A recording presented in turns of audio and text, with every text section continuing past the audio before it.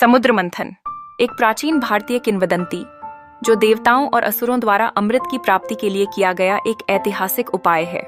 महर्षि दुर्वासा के श्राप के कारण स्वर्ग धन और ऐश्वर्य से विहीन हो गया था। इस संकट की घड़ी में भगवान विष्णु ने देवताओं को सलाह दी कि वे असुरों के साथ मिलकर समुद्र को मत्थें और अमृत की प्राप्ति करें।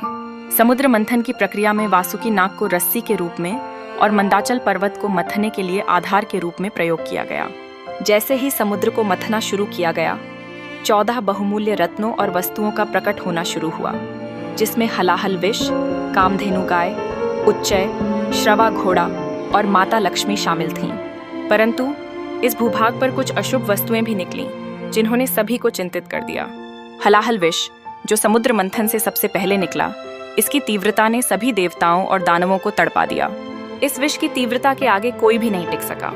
तब भगवान शिव ने सभी की रक्षा के लिए इसे स्वयं पी लिया, जिसके कारण उनका कंठ नीला हो गया और उन्हें नीलकंठ के नाम से जाना जाने लगा। इसके अलावा जब यह विष पृथ्वी पर गिरा तो इससे सांप और बिच्छू जैसे जहरीले प्राणी उत्पन्न हुए। इसके बाद समुद्र से निकली दूसरी चीज वारुणी थी, जो एक नशीली पेय पदार्थ है। इसका नाम भी इस कारण पड़ा कि यह जल से उत्पन्न हुआ। देवता इसका सेवन करते थे, जबकि दानव इसे पीते थे।